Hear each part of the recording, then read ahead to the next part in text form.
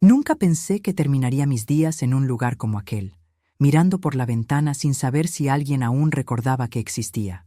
Mi nombre es Mercedes Sotomayor, tengo 75 años, y durante mucho tiempo creí que estaba haciendo todo bien.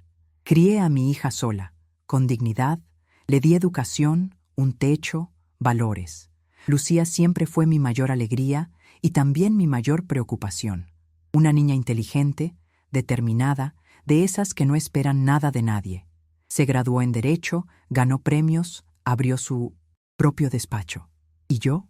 Yo era la madre orgullosa que observaba todo desde lejos, sin querer estorbar, sin pedir nada, solo feliz de verla volar. Nunca imaginé que un día sería ella quien cortaría mis alas. Todo empezó después de una tonta caída que tuve en el baño. Resbalé en la alfombra mojada, me golpeé la cadera contra el suelo, pero no llegué a fracturarme. Lucía apareció ese mismo día, con su esposo trajeado y ese tono de voz que usa cuando quiere parecer preocupada, pero en realidad ya ha decidido por ti. Dijeron que necesitaba descansar, que sería bueno pasar unas semanas en una residencia para señoras de mi edad, que era moderna, con fisioterapeuta, buena comida y seguridad. Me pareció extraño, pero confié. Aún confiaba. Al día siguiente ya tenían la maleta hecha, un chofer esperando y un contrato de internación ya firmado por precaución. Me fui. Pensé que regresaría en una semana, que nada de eso era definitivo, pero en el fondo, algo dentro de mí ya empezaba a gritar que algo andaba mal. Al principio, intentaba convencerme de que era solo un descanso. La residencia realmente parecía un hotel de lujo. Muebles modernos, empleados uniformados, un jardín bonito, pero pronto me di cuenta de que todo eso era solo fachada. Las reglas eran estrictas, los horarios cronometrados y las conversaciones entre los internos siempre tenían un fondo de tristeza contenida. Algunos recibían visitas los domingos. Yo, en los primeros días, recibía llamadas rápidas de Lucía, siempre apurada, siempre con excusas. Mucho trabajo, mamá. Esta semana no puedo. Y así, los días se volvieron semanas. Empecé a preguntar cuándo podría irme. La enfermera esquivaba la pregunta. La directora cambiaba de tema. Un día fui hasta la recepción a pedir que me devolvieran mi celular. Había desaparecido en la primera semana. Me dijeron que no era recomendable en mi estado. ¿Pero qué estado era ese? Fue entonces cuando empecé a sospechar. Pedí ver mis documentos. Nadie me lo permitía. Decían que estaba bajo cuidados especiales. Un día, escuché sin querer a dos empleadas comentando que la hija de la señora del 302 había vendido su apartamento la semana pasada. Casi se me detuvo el corazón. Al día siguiente, fingí sentirme mal solo para llamar la atención de la doctora de turno. Le pregunté directamente, ¿mi apartamento fue vendido? Ella palideció, tartamudeó. Me dio un papel cualquiera con términos médicos y dijo que había sido declarada judicialmente incapaz. Me quedé en 1900. Shock. Yo no firmé nada. Estaba lúcida. Estaba bien. Aquello era una trampa. Y mi hija, a quien le di todo, lo había planeado todo por detrás. Esa noche no dormí. Me quedé acostada mirando el techo, tratando de entender en qué momento me perdí. Cada recuerdo de Lucía de niña, cada sacrificio que hice, ahora se sentía como una puñalada. Recordé las veces que fui a trabajar con gripe para no faltar y no dejar que faltara comida. Las noches en vela estudiando con ella para el ingreso a la universidad, aunque yo estuviera agotada tras un día entero en la oficina. Y ahora me trataban como un estorbo, como una vieja incapaz que debía ser apartada del camino. Sentí un nudo en la garganta que no me dejaba ni llorar. Al día siguiente, en el desayuno, una nueva empleada, Carmela, notó mi silencio. Se sentó a mi lado y, bajito, me preguntó si estaba bien. Y fue allí, en ese gesto simple, donde sentí, por primera vez en semanas, que alguien aún me veía como un ser humano. Tardé en confiar en ella, pero con el tiempo fui soltando pequeñas cosas.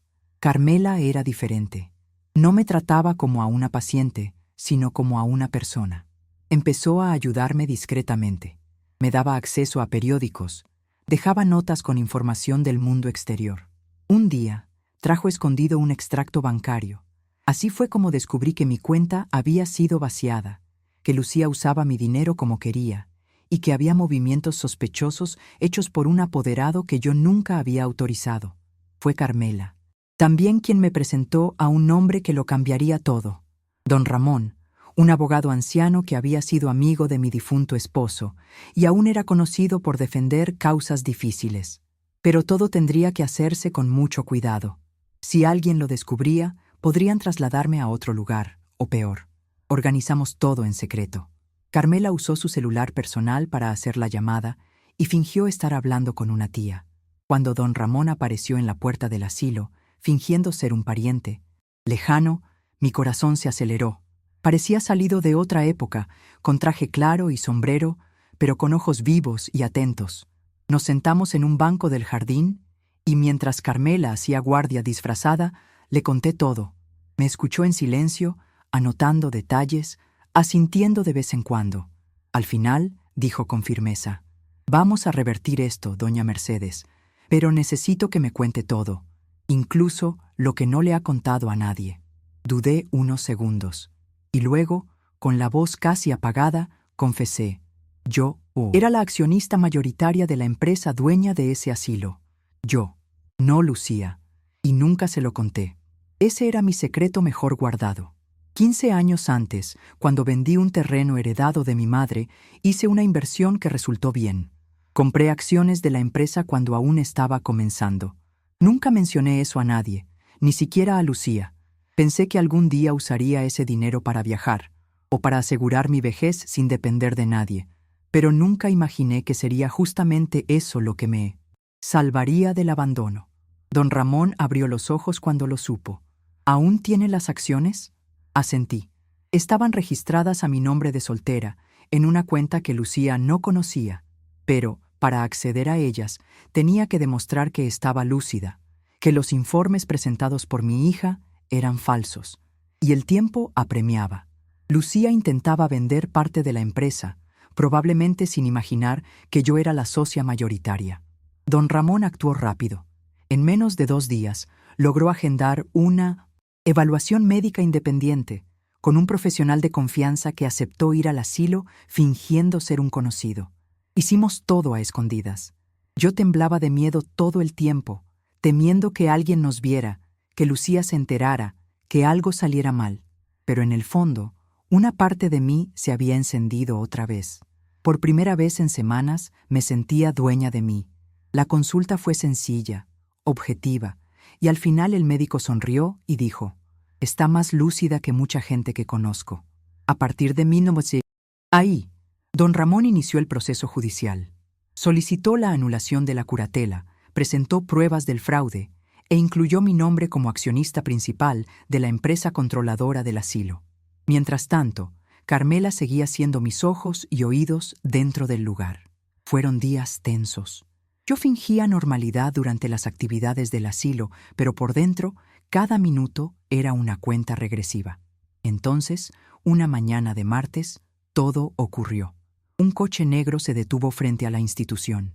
De él, bajaron don Ramón, 2 oficiales de justicia y una representante de la junta de la empresa que yo misma había contactado en secreto.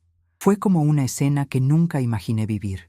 La directora del asilo se puso pálida al ver los documentos. Los empleados se miraban entre sí, sin entender nada.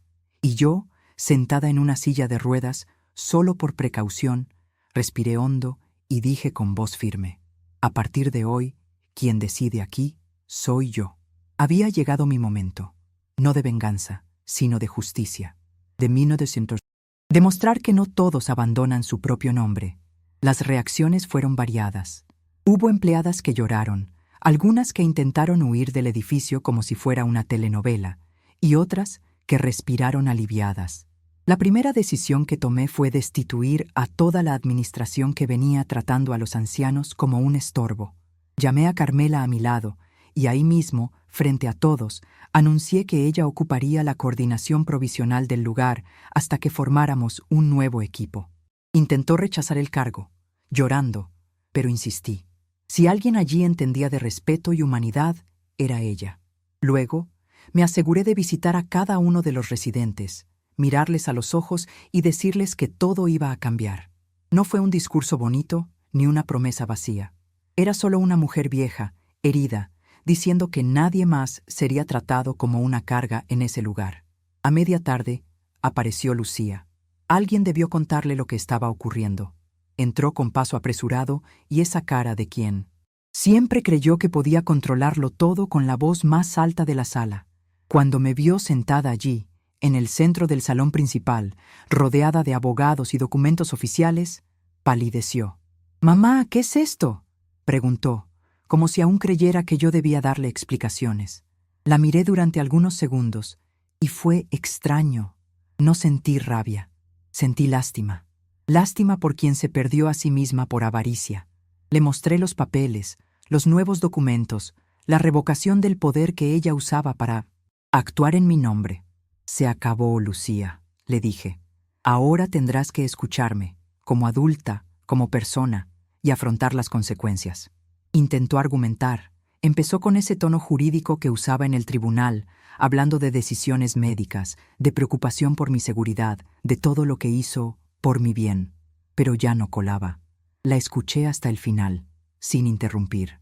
Cuando terminó, me acerqué, la miré a los ojos y le dije con toda la calma del mundo: «Tú me dejaste allí para morir en...». «Silencio, Lucía. No me protegiste. Me desechaste». Intentó negarlo, pero entonces don Ramón mostró los extractos, los documentos firmados con fechas y sellos falsos, las autorizaciones emitidas sin mi conocimiento. Su máscara cayó, pero aún así trató de justificarse. «Fue todo un error. Solo quería evitar problemas». Contuve la emoción y fui firme. «Lo que hiciste no fue un error. Fue una elección, y ahora tendrás que repararlo». Podía haber tomado el camino del castigo, de la denuncia, del escándalo. Pero no quería más destrucción. Ya había sufrido bastante con lo que ocurrió, así que impuse una condición para cualquier posibilidad de reconciliación. Lucía tendría que trabajar allí, en el asilo, durante 6 meses, sin salario, prestando servicios sociales, cuidando de quienes ella consideraba inferiores, sintiendo en carne propia el peso del abandono que me hizo cargar. Abrió los ojos como si aquello fuera una humillación. «¿Quieres castigarme?». «No», respondí. «Quiero que aprendas». Aquello no iba de venganza. Era sobre la verdad, sobre transformación. O enfrentaba eso de frente, o nunca volvería a ver mi rostro. Los primeros días venía con cara seria. Apenas saludaba a los otros ancianos. Hacía las tareas básicas como si estuviera cumpliendo una penitencia. Yo observaba desde lejos, sin intervenir. No era mi papel hacerle entender. Era la convivencia, el tiempo, los rostros marcados y las historias que ese lugar cargaba. La vi cuando tuvo que ayudar a doña Beatriz, una señora con Alzheimer que lloraba cada vez que oscurecía. La vi cuando un señor, que ya no controlaba los esfínteres, la mojó accidentalmente y ella no supo qué hacer. Todo eso parecía insoportable para ella. Pero también la vi, semanas después, cuando se sentó junto a la señora Francisca y le leyó durante más de 1 hora sin que nadie se lo pidiera. Fue entonces cuando me di cuenta de que algo estaba cambiando. Y no era solo en ella, también era en mí. Ya no era aquella mujer, callada, pasiva, que aceptaba todo por amor o por costumbre. Por primera vez me sentía entera, fuerte, digna.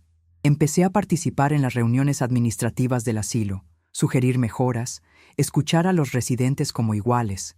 Hicimos cambios en las habitaciones, aumentamos el equipo de cuidadores, creamos una sala de convivencia de verdad, con música y pintura. Y cada vez que alguien intentaba llamarme la pobrecita del caso de la hija, lo cortaba en el acto. No soy una víctima, soy una sobreviviente. Y aquí nadie volverá a ser invisible. Era como si todo ese dolor me hubiese empujado a un lugar al que nunca creí que llegaría, el de hacer la diferencia para otras personas. Lucía continuó el servicio voluntario durante el tiempo que determiné. En el 3er mes, ya no venía maquillada ni con tacones. Empezó a recogerse el pelo en un moño simple y a cambiar el blazer por una camiseta común del asilo. Comenzó a conversar con los residentes, a escuchar sus historias, a ayudar con más cuidado durante las comidas. No la elogié de inmediato.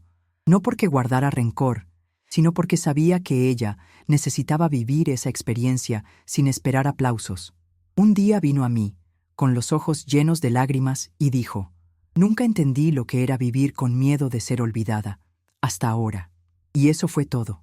No pidió perdón, no lloró a gritos, no se arrodilló, pero ese reconocimiento fue suficiente, porque era sincero, era el comienzo de algo nuevo, no el final de todo. La vida después de 1900. Eso adquirió otro ritmo. Permanecí como accionista activa de la empresa. Reorganicé la administración y creé un fondo de reserva exclusivamente destinado a los residentes sin familia. Carmela se convirtió en coordinadora general y don Ramón pasó a ser consultor jurídico permanente del proyecto. Y Lucía, bueno, siguió yendo al asilo incluso después de los 6 meses. No todos los días, pero con frecuencia. Traía pasteles, organizaba círculos de conversación, incluso comenzó a organizar pequeños eventos con música y baile. Nuestra relación aún tenía grietas, claro, pero ya no había silencios insoportables. Había presencia, había intento, había construcción. Y eso, para mí, era más valioso que cualquier disculpa ensayada. Un día, en una de esas tardes de otoño, estábamos todas sentadas en el patio. Yo, Carmela, Lucía y algunas residentes, tomando té y charlando. Fue ahí donde me di cuenta de que aquel lugar, que había comenzado como mi prisión, ahora era mi hogar. No un hogar de paredes, sino de vínculos. Reía con gusto, sentía ligereza en el pecho, algo raro después de todo lo que pasé. Lucía me miraba diferente, no como la anciana que creía que debía despachar, sino como una mujer entera. Y creo que, en ese momento, entendió que yo nunca fui frágil, solo silenciosa. La fuerza que me quedó después de perderlo todo, incluso la confianza en mi propia hija, era lo que ahora sostenía todo ese espacio de vuelta. No quiero romantizar nada. Lo que mi hija hizo fue cruel, fue planeado, y por poco no destruyó mi salud mental. Pero tampoco puedo negar que eso me obligó a despertar. Si no me hubieran traicionado, tal vez nunca hubiera usado mi voz. Tal vez habría muerto sin que nadie supiera que yo era la dueña de todo eso. Tal vez habría seguido apagada, como tantas mujeres de mi generación. Al final, reencontré no solo mi poder, sino mi nombre. Mercedes Soto Mayor. Una mujer de 75 años que fue traicionada por su única hija, sí, pero que también se levantó, se reinventó y transformó un asilo en símbolo de resistencia.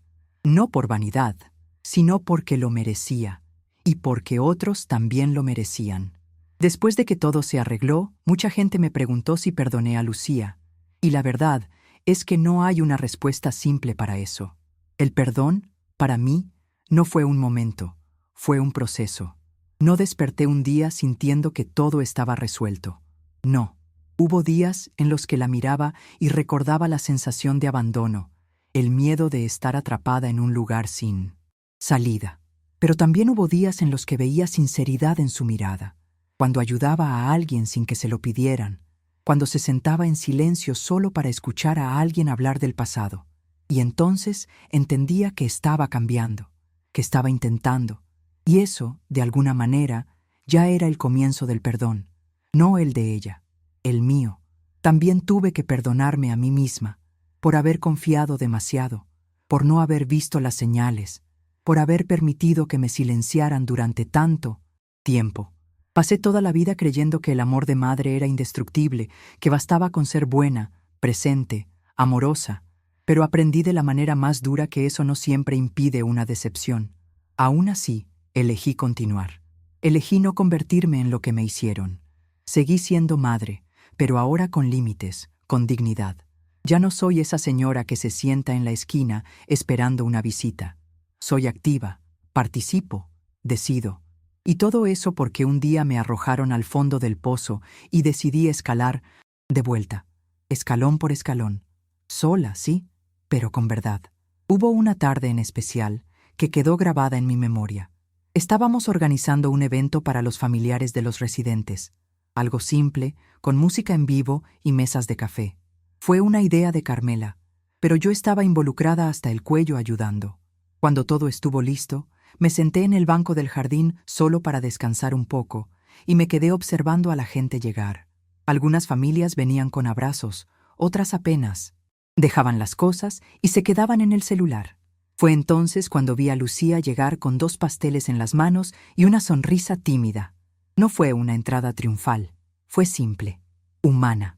Me miró, sonrió y vino a sentarse a mi lado. Nos quedamos en silencio unos minutos, y en ese silencio cómodo sentí paz por primera vez en mucho tiempo. Ese mismo día me entregó una carta. No la leyó en voz alta, no explicó nada. Solo dijo, «Cuando estés lista». La guardé en el bolsillo y la leí más tarde, ya de mi noche. Era una carta sincera, sin adornos, donde reconocía que se había perdido. Decía que se había dejado cegar por el miedo de que un día yo dependiera de ella más de lo que podía manejar, que sentía vergüenza de lo que hizo y que, si yo nunca más quería verla, lo entendería. Pero también decía que estaba intentando ser alguien mejor y que, aunque nunca volviéramos a ser como antes, me agradecía por haberle abierto los ojos. Cerré la carta con la mano temblorosa y lloré, no de rabia, sino de alivio. Después de ese día, muchas cosas se calmaron entre nosotras. No hicimos grandes discursos, ni sellamos nada con abrazos cinematográficos. Seguimos adelante, como 2 mujeres que pasaron por un terremoto y están tratando de reconstruir con los ladrillos que quedaron. A veces ella todavía se equivoca, se enreda tratando de hacerlo bien, y yo también. Pero hoy tenemos algo que antes no teníamos, verdad. Ya no hablo por ella, ni dejo que hable por mí. Somos 2 adultas lidiando con las consecuencias de sus propias decisiones. Y eso, para mí, vale más que cualquier fachada de familia perfecta. Hay días en que ella aparece con flores, hay días en que solo pasa a saludar. ¿Y yo? Yo vivo, con mi agenda llena, con reuniones, actividades en el asilo, caminatas por el jardín. Me redescubrí. El otro día, una de las nuevas residentes me preguntó si yo era psicóloga. Me reí. Le dije que no, que solo era una vieja que había vivido muchas cosas y decidió no callarse.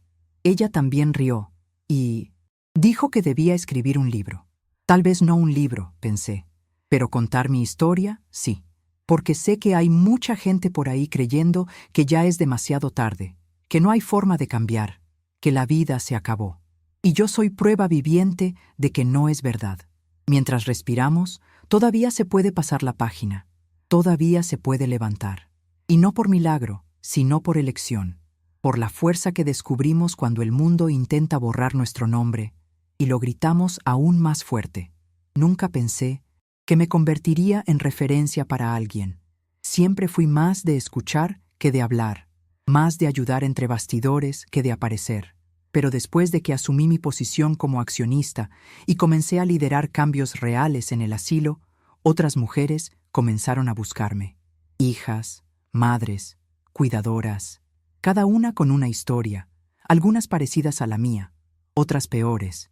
Y fue escuchando esas historias que entendí que mi dolor no era un caso aislado, que existen miles de mujeres envejeciendo, solas, silenciadas, tratadas como carga, aún después de haber sostenido familias enteras.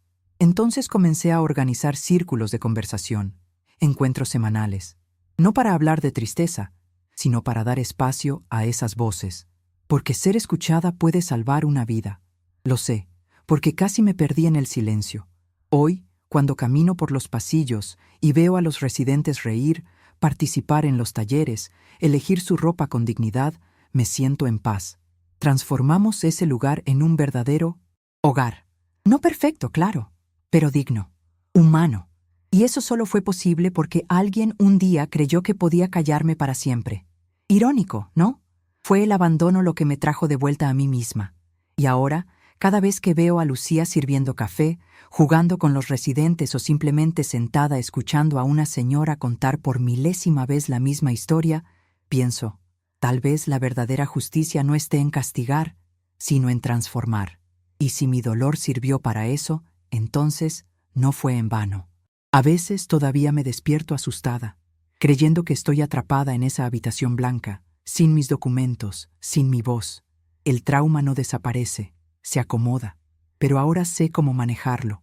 Cuando vienen esos recuerdos, camino hasta el jardín, me siento en el banco debajo del árbol de mango y respiro profundo. Recuerdo que hoy puedo ir y venir, que tengo control sobre mi vida, que nadie más habla por mí y, sobre todo, que mi historia no terminó el día que me dejaron allí. Comenzó, porque fue allí donde descubrí de qué estoy hecha. Y no es de vejez ni de fragilidad, es de fuerza, de memoria y de un coraje que ni yo sabía que existía. Una tarde, una joven cuidadora que acababa de ser contratada se acercó y dijo: «Doña Mercedes, escuché su historia. Usted es una inspiración». Sonreí, le agradecí, pero la corregí. Yo solo sobreviví. Quien inspira es quien se levanta aún con el corazón roto. Porque en el fondo, no me veo como una heroína. Me veo como alguien común que fue obligada a reaccionar cuando ya no tenía dónde huir. Y eso, lamentablemente, es lo que vive mucha gente. Espero que algún día nadie más tenga que ser traicionado, humillado o abandonado para descubrir su propia fuerza. Pero mientras eso siga pasando, al menos que mi historia sirva para recordar que siempre existe una salida. Y a veces empieza con un simple «basta». Con el tiempo, me fui dando cuenta de que esta experiencia cambió hasta mi forma de mirar a los demás. Antes, creía que ser fuerte era aguantar todo en silencio, como aprendí desde joven. Hoy sé que ser fuerte es pedir ayuda cuando se necesita, es hablar cuando intentan callarte, es no aceptar menos de lo que mereces. Nunca más dejé que nadie decidiera por mí.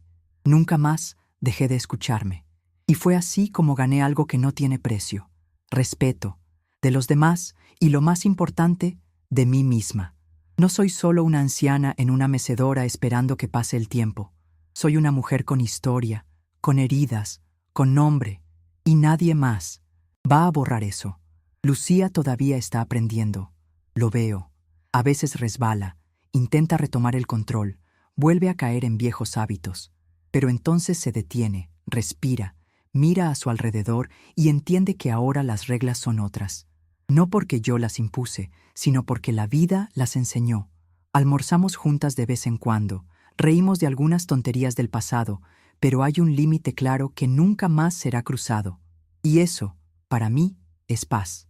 No una reconciliación de telenovela, sino una convivencia real, con honestidad, con cicatrices visibles y respeto mutuo. ¿Y sabes qué? Ya es más de lo que esperaba tener cuando me dejaron allí en esa habitación, sin nada, creyendo que era el final. El otro día encontré una foto antigua de Lucía de niña, abrazándome después de su graduación del preescolar. Me quedé mirándola un buen rato. La niña de la foto aún está dentro de ella, de alguna manera. ¿Y yo? Yo también soy esa madre que un día creyó que podía protegerlo todo con amor. La diferencia es que ahora sé que el amor no significa aceptar todo, que el amor, cuando es verdadero, también sabe decir basta. Mirar esa foto ya no me duele como antes. Me recuerda quién fui, quién fue ella, y todo lo que construimos y perdimos en el camino.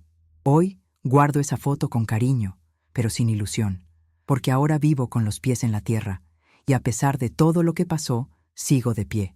A los 75 años, creía que mi historia ya estaba terminando, pero descubrí que, a veces, es en el momento en que todo se derrumba cuando uno encuentra una nueva base. Hoy, cada mañana que despierto, me miro al espejo y veo a alguien que no se dejó enterrar viva, que usó el dolor como combustible, que no aceptó el silencio forzado, y que, incluso habiendo sido traicionada por quien más amaba, eligió no odiar. Eligió vivir. Eligió transformar. Yo soy Mercedes Sotomayor. Y el día que mi hija intentó borrarme fue el mismo día en que descubrí que, incluso vieja, incluso herida, aún sabía encender luz. No cuento todo esto esperando aplausos ni compasión.